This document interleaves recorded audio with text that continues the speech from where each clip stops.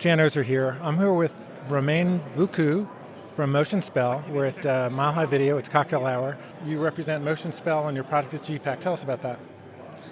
Yeah, so the reason I'm here is first that it's my community. I have a background in research. GPAC is a research project, so GPAC is an open source multimedia framework that we use and that is used by many companies, including Netflix, for doing their packaging.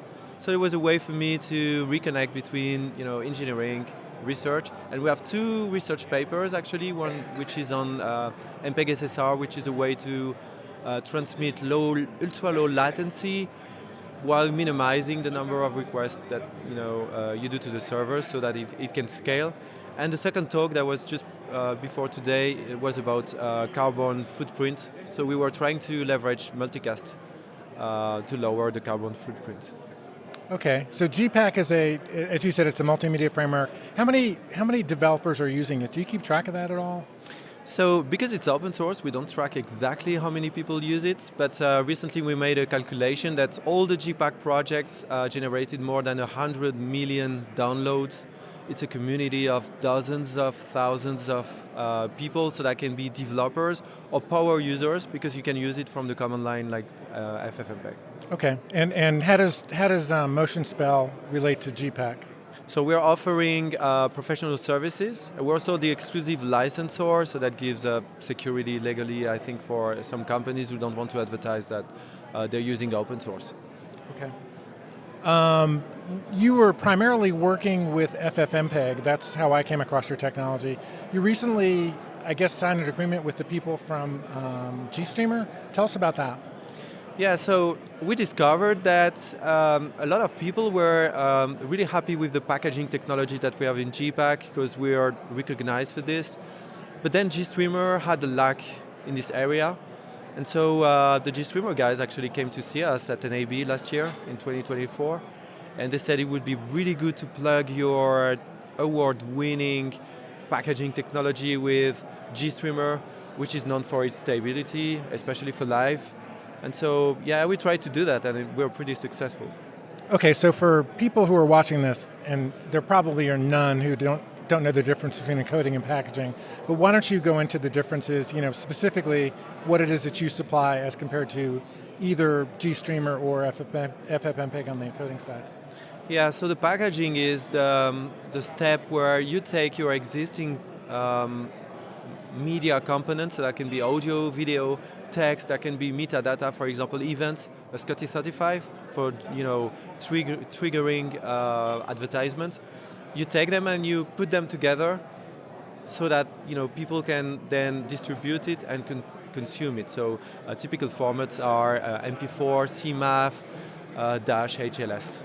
And it's that's the hard part. I mean, I guess I find encoding easy because that's what I've done for so long, but getting it ready so you can deliver it, and as you said, Dash or HLS is just, and what GPAC's done is just makes it so easy. It's like one command, name the files, and there you go. So I guess bringing that to GStreamer, I can see that as a really big advantage for them and a nice addition for you. So we were, why don't you describe the small versus large language model problem, and talk about how we get started here, because I think it's a pretty fascinating one. Yeah, so actually I'm not an AI guy on the basis. I was super interested, like anybody, when ChatGPT was out, like really amazing technology, and then I started to be involved into the people trying to execute it on your own, not on a remote server like you would get from OpenAI ChatGPT, but on your own. And then I said, okay, this is not really for me. When I came back to this, I just discovered that I had bought a new Mac and I could execute the models directly on my computer. So that was fascinating. And then we got a real problem. GPAC is a really big project. We have thousands of options. We've started to generate some documentation, and we have hundreds of pages of documentation. And even with the search engines, it was difficult sometimes to get the answers to the question. And so we said, LLMs are perfect. You enter your problem, how do I do this, or how do I do that? And it meant that we would need, because GPAC is popular but not that popular, the LLMs wouldn't get the direct answer to the questions, and we know that the LLMs are inventing answers. So we would need to create our own model. And so to do that, we're just investigating the fact of using an existing LLM that would be quite compact and augmenting it. So we're using RAG to add the documentation of GPAC, and so that the LLM has all the information. Like you feed it with the information from the doc, the tests, and some part of the code, so that we call the headers, where you have the access to the APIs and descriptions of the functions. So let me. You correct me where I'm wrong. I mean, the large language models are great, but they're not carbon efficient because they have the knowledge of everything. And so if you want to implement a large language model in your company, it's just too inefficient from a power perspective. And it's bad for the world, bad for ecology, bad for all that. Small language models are specifically trained on different topics, and I've heard from a couple of vendors about how small language models are going to be really application specific and very effective because they're low power, they're less expensive, all the good things. The problem is, who's going to do them, and what's their financial motivation going to be, and what's involved in that? And I guess that's exactly what you're diving into. So what have you tried so far? What have you learned? What can you share? So the thing that I executed were on my Mac. So that's the first thing for people willing to replicate it. I used Yama.cpp, which is the framework that allows you to reuse the models on your computer. I tried several things. So the first one was to several models. So like data models and then reasoning models. I tried big models and I tried to refine them. So I used the LoRa approach, which is the most popular approach actually to refine big models, because you need to fit into like a computer. So I have a powerful computer. We could imagine that in the future it can run into any computer or even from the browser, like you would use a search engine. So this is what I tried, and the current approach that we have that shows the most promising results are augmenting the model. So you take a small model that already has large language capabilities and just augmenting it with the documentation, the test suite, and the headers, so the API that we have with some comments. And the goal, also, I was interested in testing some reasoning models, because when you use a command line, it looks like a formula. So you can imagine that if a reasoning model can reason about doing some steps, building some stuff, reasoning on mathematical formulas, you could imagine that it could build a command line for a tool like GPAC or FFmpeg. Yeah. Well, I've used ChatGPT with FFmpeg a ton, and it's actually quite comforting because it never gets it right the first time. I mean, if you think, I'm always concerned about how much should you be able to debug looking at it, and how often you just have to try and make it work. And you're a real programmer, and I'm sure you've gone through that as well. But the fact that ChatGPT can't get it right the first time really makes me feel better. But what have you learned vis-a-vis, how much has it grown? How much closer is it to being an effective resource for you after you've dumped in all your documentation, you've dumped in all your training? How effective is it in answering the questions a typical GPAC developer might have? So it's not perfect. We're still refining it. And as you said, for me it's an iteration, right? You're trying to solve a problem, you're looking for the solution for the problem, and sometimes you just, GPAC is not a project that you use every day. So you're going to use it, you're going to save the command lines that you use for this project, and then, it works great, you forget about it. You come back to it, and then it's like, oh, my brain just forgot about it.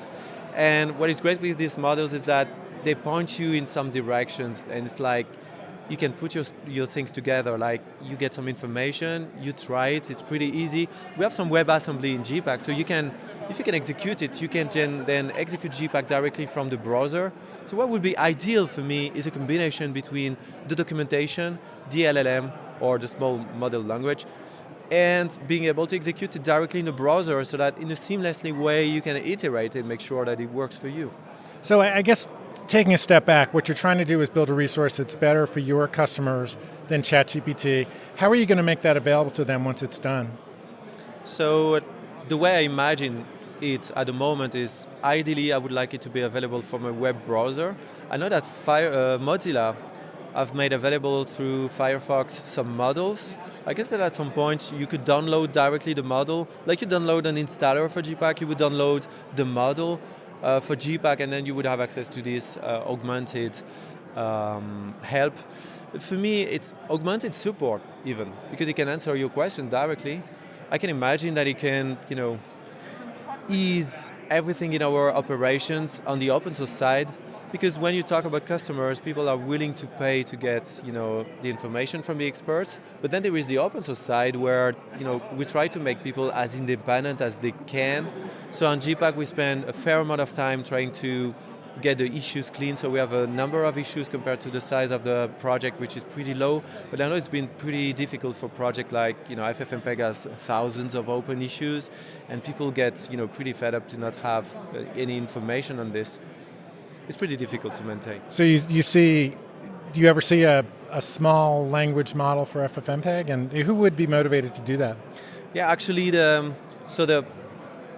the motivation for that is that even when discussing with customers, sometimes they say it's too difficult. There are too many options. They look one like the other. Whereas for us, what is a segment? What is a fragment? What is, what is the difference between a CMAF fragment and an ISO-BMFF fragment? And it's pretty subtle. I guess for people, it's not easy. How do I disable this or that? And so we made tons of improvement. For example, in GPAC now we have a GUI. You go to gui.gpac.io, which is the GUI for the GPAC open source project. You can see things visually. So when people build a workflow, they can see which filters we connected. So they are the things that people expressed. They are the things that GPAC automatically added. It just makes things, AI is one of these tools that just makes it easier for people to onboard to the technology. You and I are pretty experienced. But there are people for whom it's really new, many acronyms, many different layers, many processing filters. Is that something you're going to undertake? I mean, who's going to build the small language model for FFmpeg? I don't know. I would like it to be an open contribution from an AI company or a media company. Wikipedia for small language models for FFmpeg. It's interesting. I mean, a lot of fascinating ideas. I mean, it sounds good. It was an academic paper. It was probably a graduate student, and it's really, it's lovely. We can cut carbon emissions, and they showed charts of how many planes circling the Earth related to FFmpeg queries. But at the end of the day, if there's no financial motivation for somebody to put that together, it's not going to get done. So it's which is not to say it's not a great idea. It was just very provocative to think about, and it was so great to run into you thinking about the problems you wanted to solve by doing exactly what he talked about for a different subject matter. So why are you here at Mile High? What's attractive to you about the Mile High conference? So actually, as you said, I'm a developer. So I'm not intended to go to any of these conferences outside of having papers, which is the case for this Mile High video. But I'm also leading this company that provides licensing and professional services around the GPAC open source software. So I need to meet my peers, I need to meet you, I need to meet other people. We have real challenges to solve. What is great at Mile High is that it's at the crossing of research, and so in GPAC we have much innovation going on and real applications. And so we have many customers, including there are people from Media, Netflix, etc. that are here around. So it's a good place to be for me. Okay, well listen, thanks for taking the time. I'll let you get back to cocktail hour. Thank you, Jan. Good.